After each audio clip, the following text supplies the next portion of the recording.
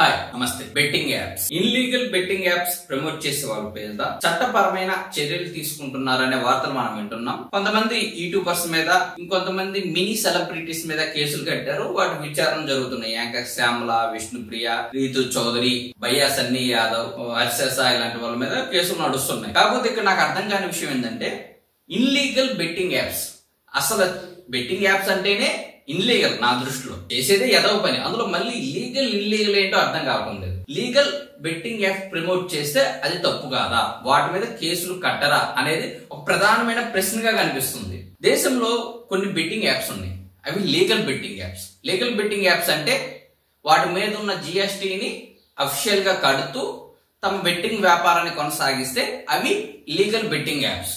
GST కట్టకుండా తప్పించుకునే apps illegal betting apps కిందకి వస్తుంటాయి. అంటే లీగల్ బెట్టింగ్ యాప్స్ చూస్తే ఫాంటసీ క్రికెట్ లీగ్లు, అదేవిధంగా డ్రీమ్11. ప్రస్తుతం ఇండియా క్రికెట్ టీమ్ కి అఫిషియల్ స్పాన్సర్ ఎవరయ్యా అంటే డ్రీమ్11. ఎందుకంటే అది legal betting app. Every year జిఎస్టీలు కడుతూ లీగల్ గా జరుగుతున్న బెట్టింగ్ యాప్ కాబట్టి వాటిని ఇండియన్ క్రికెట్ టీమ్ కి అఫిషియల్ స్పాన్సర్ గా అనౌన్స్ చేశారు. కాబట్టి ఇప్పుడు యూట్యూబర్లు కావచ్చు, లేకపోతే మినీ సైజ్ సెలబ్రిటీస్ కావచ్చు, డ్రీమ్11 లాంటి వాటిని ప్రమోట్ చేసుకుంటూ వాళ్ళ మీద కేసులు కట్టరు. ఇన్లీగల్ బెట్టింగ్ యాప్స్ ఏవైతే ఉన్నాయో వాటిని మాత్రమే ప్రమోట్ చేస్తే కేసులు కడతారు. ఇది వాస్తవం. నిజానికి బెట్టింగ్ యాప్స్ అనేవి చాలా ప్రమాదకరం. బెట్టింగ్ యాప్స్ ఆడుతూ కొన్ని కుటుంబాలు నాశనం అయిపోయాయి.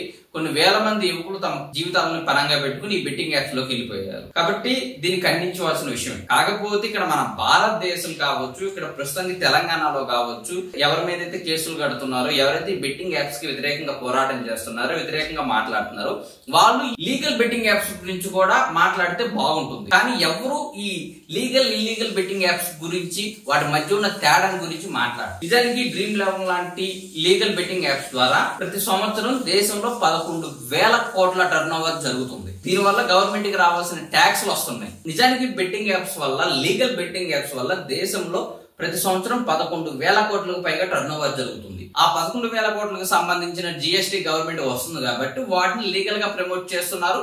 వాటి మీద బెట్టింగ్స్ ఆడుకోవచ్చు, దాంట్లో ఎలాంటి తప్పు లేదు.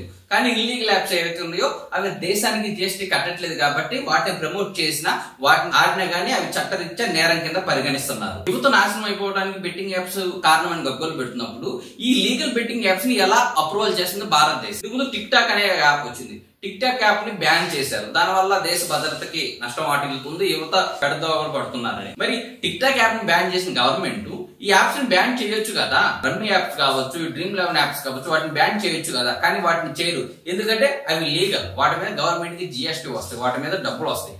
ఈ ఇల్లీగల్ ఏదైతే ఉన్నాయో వాటి వల్ల డబ్బులు రావు కాబట్టి వాటిని ప్రమోట్ చేయకుండా కట్టడి చేయడానికి గవర్నమెంట్ ప్రయత్నిస్తుంది. మన ప్రపంచ యాత్రికుడు నా అన్వేషణ బెట్టింగ్ యాప్స్ మీద పోరాటం గట్టిగా చేస్తున్నాడు. ఈ విషయంలో ఆయన అభినందించవచ్చు. కానీ ఇదే సమయంలో ఆయన ఈ లీగల్ బెట్టింగ్ యాప్స్ గురించి కావచ్చు ప్రభుత్వాన్ని ఎందుకు ప్రశ్నించలేకపోతున్నాడు? బీజేపీ సర్కార్ ఉంది దేశంలో, టిక్ టాక్ ని బ్యాన్ చేసింది. అలాంటి బీజేపీ సర్కార్ తలుచుకుంటే ఈ బెట్టింగ్ యాప్స్ ను పూర్తిగా బ్యాన్ చేయొచ్చు కదా. ఎందుకు వాటిని ప్రమోషన్స్ ఇస్తున్నారు? ఎందుకు వాటి యాక్సెస్ అనేది ఉంటుంది? గూగుల్ ప్లే స్టోర్ లో ఎందుకు ఆ యాప్స్ ఉంటున్నవి? వాటి గురించి కూడా నా అన్వేషణ ఒక వీడియో చేసి ఈ లీగల్ బెట్టింగ్ యాప్స్ మీద కూడా పోరాటం చేస్తే బానే ఉంటుంది. యువత నాశనం అయిపోవడానికి కేవలం ఇల్లీగల్ బెట్టింగ్ యాప్సే కాదు, ఈ లీగల్ బెట్టింగ్ యాప్స్ కూడా కారణం అవుతుంది. డ్రీమ్11 తీసుకుంటే మ్యాచ్ కి ముందు ప్రణాళిక ప్రకారం ఈ గేమ్ లోకి లాగుతారు. ఇందులో చాలా మంది యువత సరే ఇప్పుడు కాకపోయినా ఇంకొకసారి అయినా సరే మేము ₹1 కొట్టకపోతామనే ఆలోచనతో కొన్ని లక్షల మంది ఈ ఆన్లైన్ గేమ్ లోకి వచ్చేసి ఆడుతున్నారు. ఇదేమిటయ్యా అంటే అది స్కిల్ బేస్డ్ గేమ్ అని చెప్తారు. అది బెట్టింగ్ యాప్ కాదంట, స్కిల్ బేస్డ్ గేమ్. ఆ కోణంలో చూసుకుంటే రమ్మీ సర్కిల్ కావచ్చు, ఏస్ 1 2 3 కావచ్చు, ఇవన్నీ స్కిల్ బేస్డ్ గేమ్సే కదా. పేగాట స్కిల్ బేస్డ్ గేమే కదా. నేను ఈ వీడియో చేస్తుంది బెట్టింగ్ యాప్స్ అనుకూలంగా చేయటం లేదు. మన గవర్నమెంట్ అవలంబిస్తున్న లీగల్ ఇల్లీగల్ బెట్టింగ్ యాప్స్ ఏంటి? డబ్బులు జిఎస్టీ కడితే బెట్టింగ్ యాప్స్ లీగల్ అయిపోతాయి, జిఎస్టీ కట్టకపోతే బెట్టింగ్ యాప్స్ ఇల్లీగల్ అయిపోతాయని మన గవర్నమెంట్ తీసుకున్న నిర్ణయం మీద నాకున్న అనుమానం నివృత్తి చేసుకోవడానికి ఈ వీడియో చేస్తున్నాను. పళ్ళు రాళ్ళు కొట్టుకోవడానికి ఏ రాయి అయితే ఏంటి అన్నట్లు యువత నాశనం అయిపోవడానికి, కుటుంబాలు చిన్న భిన్నం అయిపోవడానికి ఇల్లీగల్ బెట్టింగ్ యాప్స్ అయితే ఏంటి, లీగల్ బెట్టింగ్ యాప్స్ అయితే ఏంటి? భారతదేశం అంటే ప్రస్తుతానికి వాట్సాప్ యూనివర్సిటీలో కావచ్చు, ఎక్కడ చూసుకున్నా కావచ్చు, భారతదేశం అంటే సనాతన ధర్మం, భారతదేశం అంటే హిందూ తత్వం అని గొప్ప గొప్ప డైలాగ్స్ కావచ్చు అన్ని కనిపిస్తుంది. మరి భారతదేశాన్ని నడిపిస్తున్నటువంటి బీజేపీ ఎందుకు ఈ బెట్టింగ్ యాప్స్ మీద కన్నెర చేయడం లేదు? బీసీసీఐ స్పాన్సర్ గా భారత జట్టు అధికారిక స్పాన్సర్ గా డ్రీమ్11 వ్యవహరిస్తుంది. ఒక బెట్టింగ్ యాప్ ని భారతదేశానికి గౌరవంగా భావించేటువంటి క్రికెట్ టీమ్ కి అఫిషియల్ స్పాన్సర్ గా ఎలా తీసుకున్నారు? బీసీసీఐ నడిపిస్తుంది ఎవరు? ప్రత్యేకంగా చెప్పాల్సిన పని లేదు కదా. అమిత్ షా బీసీసీఐని తన చెప్పు చేతుల్లో పెట్టుకొని ఆడేస్తున్నాడు. మరి దేశం గురించి మాట్లాడటం, దేశం హిందూ తత్వం గురించి మాట్లాడటం, దేశంలో ప్రాంతీయ తత్వం, దేశం ప్రజల గురించి ఆలోచించే పార్టీ బీజేపీ అంటున్నప్పుడు ఇలాంటి ఒక బెట్టింగ్ యాప్ ని తీసుకెళ్లి బీసీసీఐ అధికారిక స్పాన్సర్ గా ఎందుకు నియమించారు? వాటిని ఎందుకు లీగల్ బెట్టింగ్ యాప్స్ గా ప్రమోట్ చేస్తున్నారు? కపిల్ దేవ్ కావచ్చు, సౌరవ్ గంగూలీ కావచ్చు, ధోని కావచ్చు, హార్దిక్ పాండ్యా కావచ్చు, పెద్ద పెద్ద బిగ్ స్టార్ సెలబ్రిటీస్ అందరూ ఈ బెట్టింగ్ యాప్ ప్రమోట్ చేస్తున్నారు. వాళ్ళ మీద ఎలాంటి కేసులు నమోదు కావు, వాళ్ళ మీద ఎలాంటి యాక్షన్స్ తీసుకోరు. కేవలం ఇన్లీగల్ బెట్టింగ్ యాప్స్ ప్రమోట్ చేసే వాళ్ళ మీద కేసులు కడుతున్నారు. బెట్టింగ్ యాప్స్ ఏవైనా సరే ప్రమోట్ చేయడం అనేది తప్పు, దాన్ని ఎవరు సమర్థించరు. కానీ గవర్నమెంటే ఇలా లోపాయకరంగా ఇలాంటి అర్థం పర్థం లేని లీగల్ బెట్టింగ్ యాప్స్ అంటూ డివైడ్ చేసి వీటిని మాత్రమే ప్రమోట్ చేయండి, జిఎస్టీ కట్టిన వాటిని మాత్రమే ప్రమోట్ చేయండి, జిఎస్టీ కట్టిన వాటిని ప్రమోట్ చేయకండి, అలా ప్రమోట్ చేసిన వాళ్ళ మీద కేసులు పెట్టండి అంటూ చెప్పడాన్ని ఎలా చూడాలి? 2x 3x అనే యాప్స్ ఉన్నాయి. అవి గవర్నమెంట్ కి జిఎస్టీ కొడితే అవి లీగల్ యాప్స్ అయిపోతాయి. అప్పుడు ఆ ప్రమోట్ చేసినటువంటి ఆలీ కావచ్చు, శ్యామ్లా కావచ్చు, భయ్యా సన్నీ యాదవ్ కావచ్చు, అర్షద్ సాయి కావచ్చు, వాళ్ళందరూ పునీతులై బయటకు వస్తారు.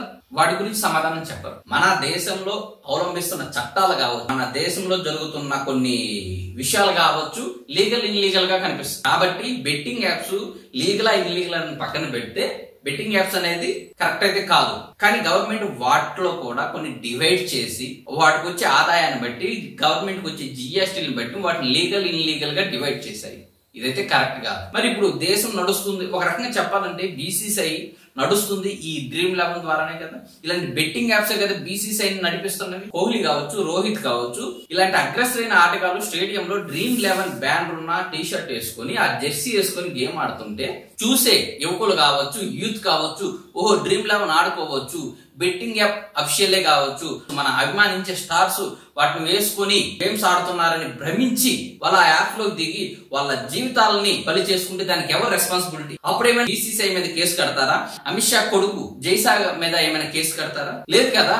ముందర ప్రక్షాళన అనేది పైనుంచి జరగాలి. ఆటోమేటిక్ కింద స్థాయిలో కూడా ప్రక్షాళన అనేది మొదలవుతుంది. కానీ పైనుంచి వాటిని అఫిషియల్ గా చేసి కొన్నిటిని అనఫిషియల్ గా చేసి ఈ లీగల్ బెట్టింగ్ యాప్స్ అంటూ, ఇల్లీగల్ బెట్టింగ్ యాప్స్ అంటూ డివైడ్ చేయడాన్ని ఎలా చూడాలి? మరి భారతదేశాన్ని నడిపిస్తుంది, బీసీసీఐని నడిపిస్తుంది ఈ బెట్టింగ్ యాప్స్. ఏమో ఈ బెట్టింగ్ యాప్స్ ద్వారా వచ్చే జిఎస్టీఏ భారతదేశ పురోగతికి, భారతదేశ అభ్యున్నతికి మూల స్తంభం లాగా భావించాల్సిన పరిస్థితి వస్తుంది. ఫైనల్ గా చెప్తున్నాను, బెట్టింగ్ యాప్స్ అనేది ప్రమాదకరం.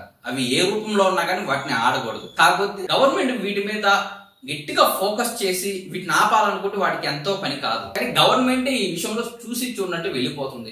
ఏదో చిన్న చితక సెలబ్రిటీస్, మినీ సైజ్ సెలబ్రిటీస్ కనిపిస్తే వాళ్ళ మీద కేసులు కట్టి బెట్టింగ్ యాప్స్ ప్రమాదకరం, వాటి వ్యతిరేకంగా పోరాడుతున్నామని చెబుతున్నారు. కానీ క్షేత్రస్థాయిలో ఆ సమస్య మీద రావాల్సినంత పరిష్కారం అయితే రావడం లేదు.